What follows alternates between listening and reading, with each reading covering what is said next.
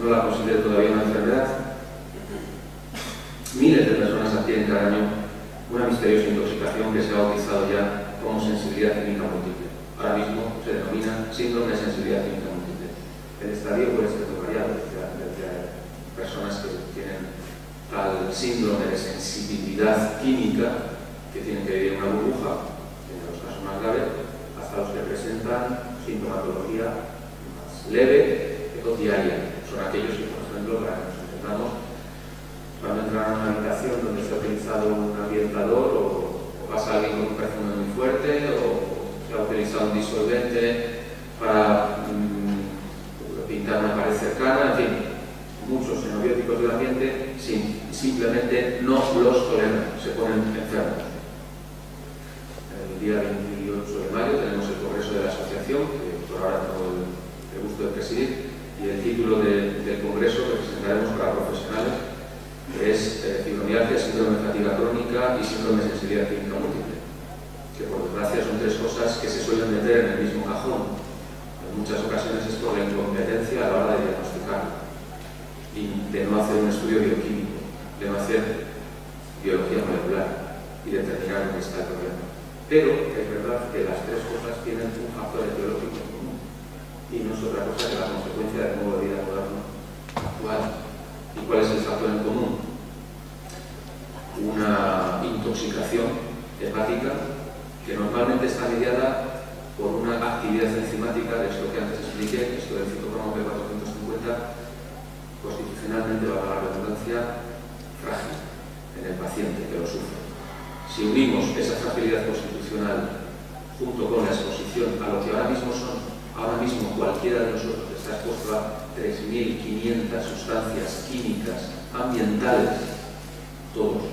Esto es un dato de toxicología, además del Centro de Toxicología Español reciente. 3.500 sustancias. No estamos hablando de que está expuesto por cuestiones profesionales, estamos hablando de cualquiera de nosotros. Cuando se juntan ambas cosas, la fragilidad hepática en ese grupo de enzimas que he denominado, junto con la exposición actual a tantos xenobióticos, da lugar a patologías llamadas misteriosas, que no son otra cosa que la incompetencia administrativa y muchas veces profesional para determinar que es consecuencia del modo de vida. Y si no se cambia el modo de vida, ahora mismo hay 2,5 millones de españoles diagnosticados de fibromialgia. Hay más de 34 millones de personas en el mundo diagnosticados, muchos otros no diagnosticados. Y simple y llanamente es el resultado de la exposición a xenobióticos diaria, junto con la competencia constitucional. Bien. En este documento del 24 de abril del 2008, que dice la sensibilidad química múltiple está actualmente en debate en la comunidad médica. Algunos profesionales cuestionan si existe, bueno, muchos profesionales todavía, por desgracia, mientras que otros reconocen que es un trastorno. Santiago Nové, jefe de la sección de toxicología del Servicio de Urgencias del Hospital Clínico de Barcelona, hizo este comentario. Hasta la fecha sabemos que la sensibilidad química múltiple puede tener su origen en el uso cada vez mayor de productos químicos en nuestra vida cotidiana, que, mezclados con algunas moléculas que ingerimos con los alimentos y la contaminación ambiental, pueden derivar en una sensibilidad química múltiple. Con todos mis respetos, este comentario es muy interesante porque lo estaba diciendo alguien con una formación muy ortodoxa y convencional, pero es que esto ya lo llevamos diciendo más de 10 años los que hacemos nutrición celular. Se han encontrado residuos de organoclorados y organofosforados en personas que no tienen contacto con pesticidas. Por lo tanto, la ingesta puede ser debida a la alimentación. Claro, no hay muchas otras opciones. El lindano y otros insecticidas son vía de contaminación y pueden potenciar otros agentes nocivos. Los organofosforados son más utilizados, tienen efectos agudos sobre el sistema nervioso central y periférico. Los efectos considerados moderados o leves sobre el sistema nervioso central incluyen, entre otros, tensión, ansiedad, intranquilidad, labilidad emocional, vértigo seguido, insomnio, trastornos del sueño, pesadillas, etc. Claro, eso no quiere decir que cuando alguno de nosotros, los que estéis escuchando, presenta uno de estos síntomas, automáticamente se le enciende la bombilla y piensa, ese es mi problema, tengo una intoxicación por xenobióticos. No quiere decir eso porque algunos de estos síntomas se pueden deber a otras causas. Pero estos síntomas deberían de ser valorados ya en consulta de medicina primaria, debería de ser valorado sistemáticamente. En países como el nuestro y similares, deberían de ser valorada esta posibilidad. A aditivos alimentarios creo que ya se ha hablado bastante durante el Congreso. Yo no he podido escuchar otras conferencias, pero creo que se habrá analizado esta idea. Simplemente unos recordatorios breves, ¿no? El Comité Consultativo de los Consumidores declaró recientemente en Bruselas esto: las materias colorantes constituyen el ejemplo perfecto de aditivo inútil. Su uso no se debe a ninguna justificación tecnológica. Contribuyen a dar a los alimentos un aspecto particularmente adulador que de hecho constituye un engaño. En estas condiciones, la coloración artificial de los alimentos es una práctica inaceptable para los consumidores, pero se usa sistemáticamente. Bueno, lo tenemos todos, ¿no? ¿Hace falta un colorante para un alimento? No. ¿Qué es lo que busca? Ser más atractivo. Nada más. Tiene inconvenientes, por supuesto. Los conservantes parece que tienen una justificación, ¿no? Impedir que proliferen microorganismos en el alimento. Los antisépticos y ácidos luchan contra la proliferación de bacterias y los antioxidantes combaten la oxidación de los alimentos en contacto con el aire. Cada español consume por término medio, no es una exageración, más de 40 kilos de conservantes al año. Vosotros no, ¿eh? Digo, que los que estáis aquí es porque ya lleváis una alimentación ecológica, consumís alimentos de esos que se han estado explicando hace un momentito, en fin, estáis ya muy mentalizados, ¿no? Pero nosotros consumen una media de 40 kilos al año. En el 2000, ya ha llovido bastante, un comité de expertos del Consejo Europeo estudió 2.176 agentes aromatizantes sintéticos, siendo los resultados 391 con inocuidad demostrada, 180 considerados peligrosos y el resto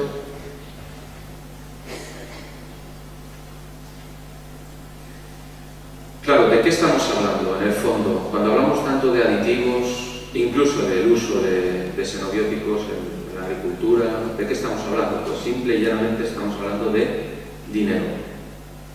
De dinero, es de lo que estamos hablando. Vamos a poner algún ejemplo gráfico.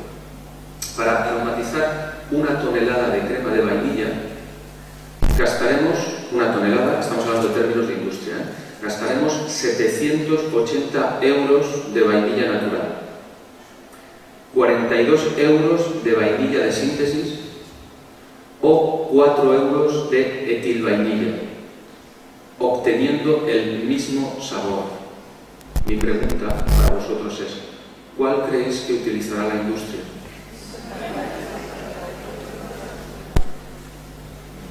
Qué mal pensados sois, ¿no? Bueno, la vainilla de síntesis contiene componentes químicos tales como los benzaldehídos, los cumarinos. La etilvainilla, la más baratita, no está disponible en la naturaleza. Bueno, tiene una estructura molecular que no tiene nada que ver con la vainilla, lo único que parece es en el sabor.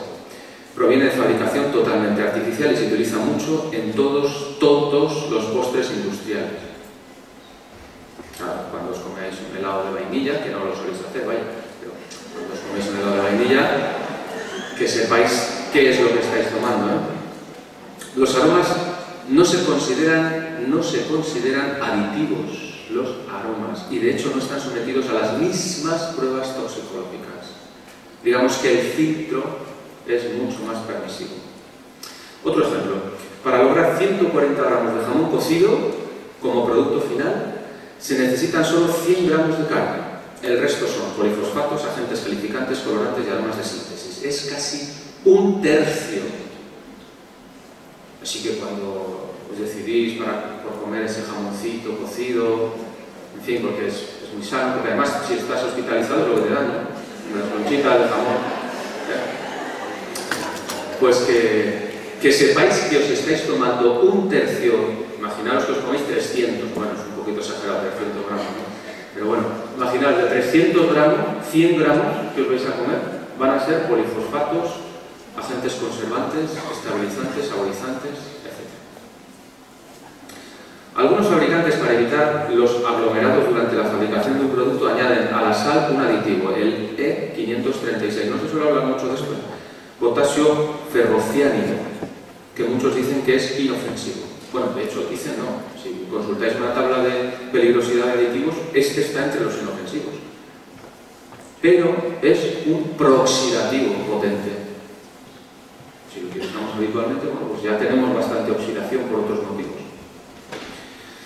Más ejemplos.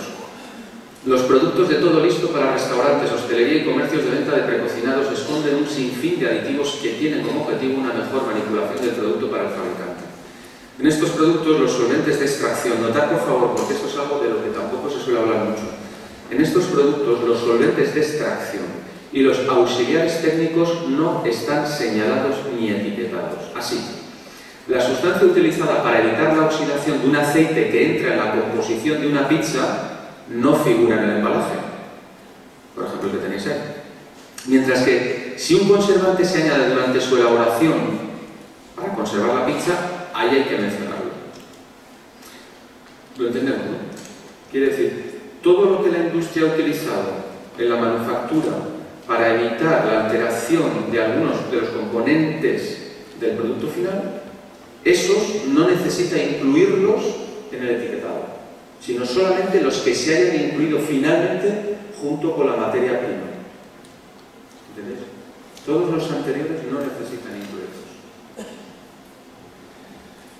Hoy en día todas las harinas llegan a las panaderías con agentes antioxidantes, sales blanqueantes, edulcorantes, agentes que retrasan, levaduras químicas y otras sustancias con el objetivo de que el consumidor encuentre ese estupendo pan duro al final del día.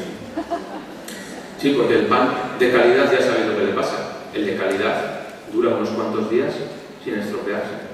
Ahora, compra el pan normal y verás lo que te dura. Está hecho a posta.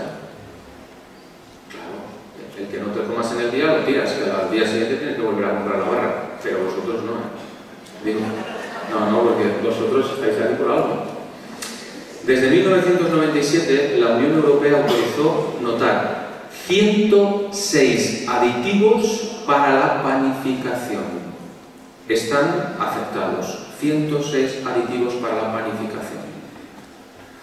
Además de los indicados, podemos encontrar sacarosa, harinas de haba, gluten añadido, monoestearato de glicerol, monodiglicéridos de ácidos grasos, sucroesteres, ácido propiónico, etc.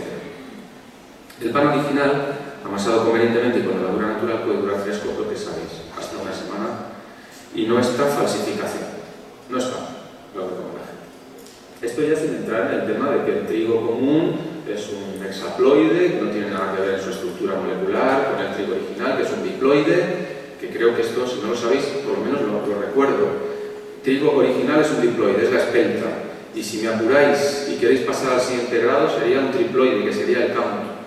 Pero si coméis pan convencional, por muy biológico e integral que sea, malas noticias.